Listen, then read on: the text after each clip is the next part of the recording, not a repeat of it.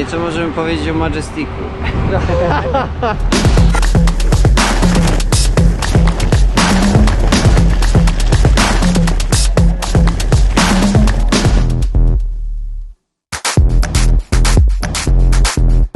Cześć, z tej strony Szczepan z kanału Skaters Poland. Dzisiaj opowiem Wam o moich pierwszych wrażeniach testowania deski Majestic Boards!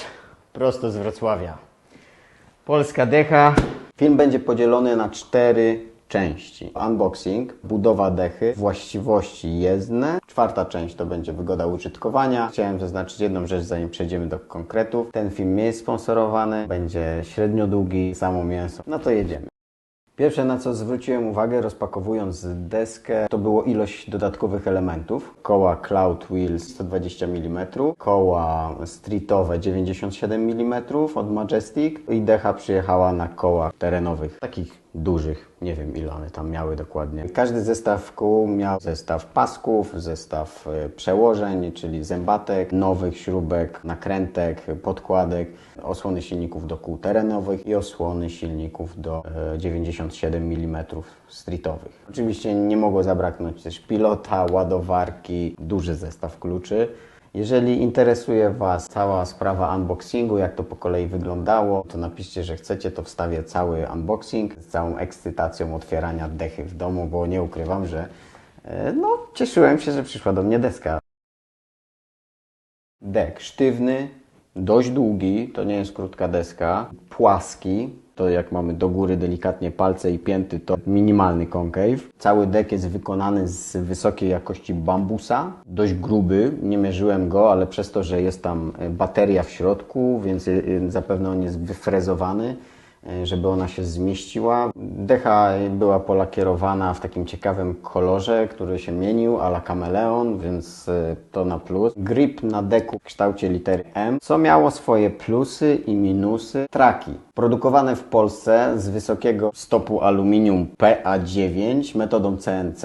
Kingpiny w traku są ustawione pod kątem poniżej 50 albo poniżej 45 stopni, co ma bezpośredni wpływ na to, jak deska się prowadzi na prostej i jak skręca. Traki wyglądają dość masywnie, nie są wykonane tak jakoś idealnie. Widać tam tą obróbkę CNC, że są delikatnie tak pofalowane, jest taka fakturka. Elektronika. W zestawie mamy dołączoną ładowarkę 5-amperową, co pozwala naładować naszą baterię około 2,5 godziny od 0 do 100%.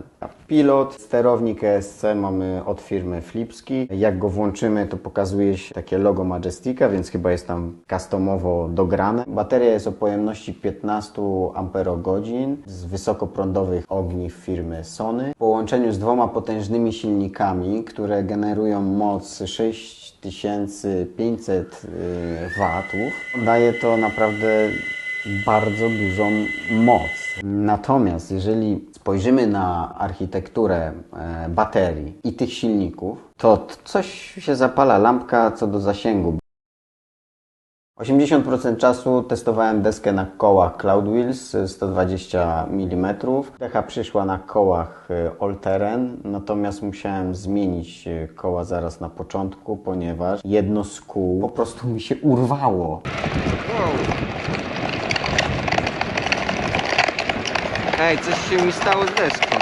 Nie masz? Rozpadło się łożysko. O cholera. Chodzę zrobić test zasięgu na kołach terenowych. Idziemy na ustawkę z chłopakami z Warsaw Street Riders. Dojeżdżam do ekipy znajomych, którzy na mnie czekają. Jedziemy. Dopiero na kamerze słyszę, jak to koło skrzypiało. Bo wyobraźcie sobie, że jedziesz około 40 na godzinę, no to szumi wiatr. Koła z bieżnikiem, one też wytwarzają dużo dźwięku. Napęd paskowy też cichy nie jest.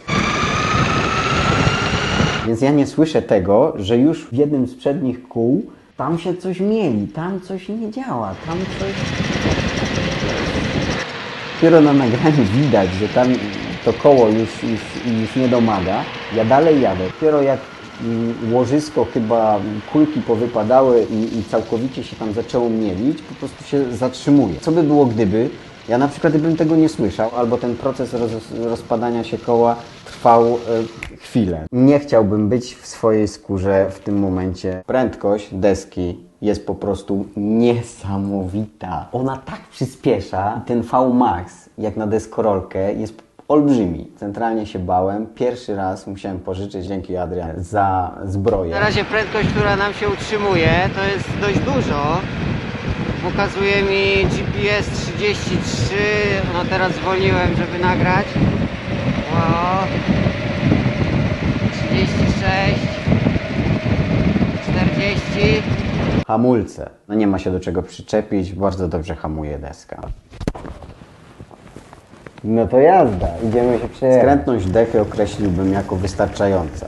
Z takim jednym zastrzeżeniem, że nie jest to deska dla początkujących. Jeżeli jesteśmy doświadczonymi riderami, wiemy jaka jest trasa, po której jedziemy, jak wziąć dany łuk, no to spoko. Nie jest to taka deska, którą wyjeżdżamy, zaczynamy karwować, mieć taki fan z tej jazdy od prawej do lewej. Tam jest bardzo krótki ruch deku i no nie ma takiego fanu z carvingu. Jaki jest zasięg tej deski? Małe kółko, twarda nawierzchnia, płaski teren, rider, ja ważę około 70 kg, z plecakiem troszkę więcej, przy temperaturze 8 stopni. Na stronie producenta mamy, że test zasięgu jest wykonywany przez ridera, który waży około 75 kg, w temperaturze 20 stopni i jedzie spokojnie. Mój test zasięgu polegał na tym, że jeździłem razem z grupą znajomych i po prostu nie patrzyłem na to, jak jeżdżę. Jadę w trybie high.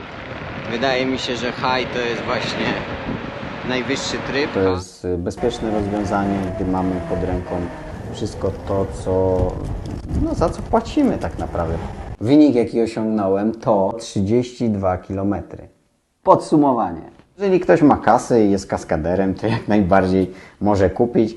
Ja uważam, że trochę bym się wstrzymał. Majestic Supreme ma dużo drobnych niedociągnięć, które moim zdaniem eliminują ją z tej półki desek premium, które są produkowane seryjnie i można je kupić w sklepie.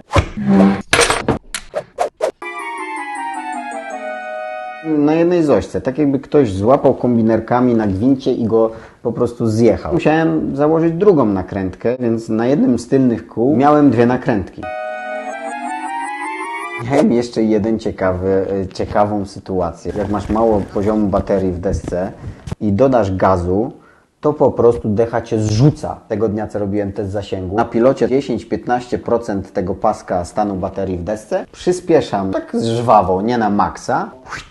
Upadłem na ręce, zdarłem trochę pilota, ale zaliczyłem niezłą glebę. Jeżeli nie mamy wpływu na to, jak elektronika traktuje nas jako ridera, no to coś tu nie gra troszkę. Robię ten test zasięgu, pasek stanu deski był wyczerpany, a deska dalej jechała. To jak masz 0% na wyświetlaczu, no to czujesz, delikatnie mówiąc, niepewność, czy może dojedziesz do domu, albo nie dojedziesz. Nie może być tak, że nie wiemy, na czym stoi. Moje zdanie na temat tej deski jest trochę taką deską prototypową. Chciałbym o niej powiedzieć jak najlepiej, starałem się to zrobić w miarę obiektywnie. Niewiele potrzeba, żeby ona zasługiwała na miano takiej deski, którą można polecić z czystym sumieniem. Ona jest składana w Polsce, u naszych ludzi tutaj, dajemy im zarobić i to jest spoko. Na dzień dzisiejszy nie mogę tego powiedzieć. Firma się rozwija, może przyszykują coś nowego. Mam nadzieję, że podobał Wam się ten film. Jeżeli tak, to like, sub, dzwonek, zasięgi też powodują, że dostajemy jakieś sprzęty na test, że możemy Wam rzetelnie przedstawić, jak dany sprzęt funkcjonuje. Subskrybujcie kanał, dołączajcie do grupy na Facebooku Skaters Poland i widzimy się w następnym odcinku. Cześć!